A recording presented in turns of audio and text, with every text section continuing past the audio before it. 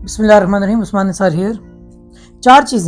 4 باتیں جو ہماری زندگی میں بہت امپورٹنٹ رول پلے کرتی ہیں، اور اگر انہیں آپ نگلیکٹ کر رہے ہیں یا میں نگلیکٹ کر رہا ہوں تو ہم بہت غلط کر رہے ہیں، کیونکہ ان 4 چیزوں کا بہت ڈیپ ایفیکٹ ہوتا ہے ہماری زندگی میں.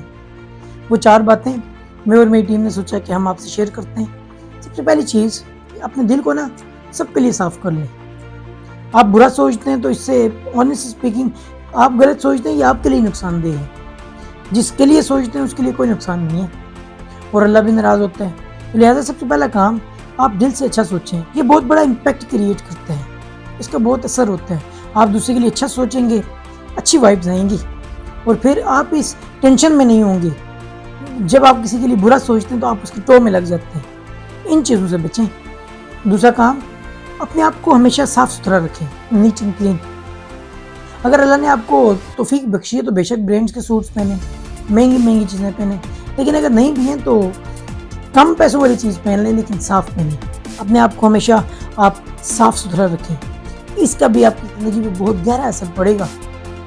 تو یہ 2 کام، پہلا دل اپنا صاف رکھیں. ہمیشہ جو بھی بات ہوتی ہے کسی سے بھی ڈیلنگ کرنی ہے، خود سے ہی پوچھیں کہ کیا میں یہاں پہ آنیسٹ ہوں، کہیں پہ میں یہاں فنکاری تو نہیں کرنے جا رہا. تیسرا کام کہ آپ پنچول ہو جائیں.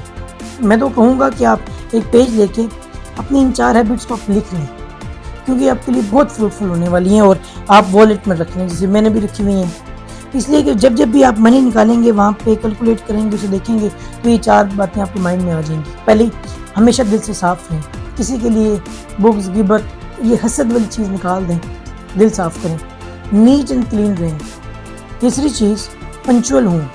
جو بھی کام کرنا ہے اسے ٹائم پہ کمپلیٹ کر دیں. جب آپ پنچول ہوں گے تو پنچول ہونے کا سب سے بڑا فائدہ یہ ہے کہ آپ زیادہ ٹاسک تھوڑے ٹائم میں کر سکتے ہیں. جیسے آپ کسی بھی چیز کے لیے ٹائم سیٹ کیا ہے، جب آپ پنچول ہوں گے تو آپ اس ٹائم میں اس چیز کو ختم کر دیں گے.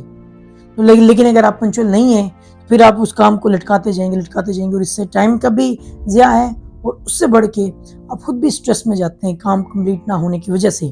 چوتھی چیز، وہ بہت خاص، مطمئن رہنا سیکھیں. جو کچھ اللہ نے آپ کو عنایت کیا ہے نا، اس پہ اللہ کا شکر بجا لیں. وہ اللہ کہتا بھی ہے کہ تم شکر کرو میں تمہیں اور دوں گا. میں نے یہ چیز بھی نوٹ کی کہ بہت فقدان ہے شکر کا. بہت سے لوگوں کے پاس بہت کچھ ہوتا ہے لیکن انہیں یہ سمجھ ہی نہیں آ رہی ہوتی، انہیں شاید یہ پتہ ہی نہیں ہوتا کہ کتنا کچھ اللہ نے ہمیں دیا ہے جو دوسروں کے پاس نہیں ہے. اور بجائے کہ وہ شکر کریں، وہ ہمیشہ اور کے فکر میں لگے رہتے ہیں، پریشان رہتے ہیں. تو مطمئن ہوں، جو آپ کے پاس ہے زیادہ کے لیے کوشش کریں، اسٹرگل کریں، پلان کریں، لیکن جو آپ کے پاس ہے اس کی ریئل ورتھ بھی جانیں.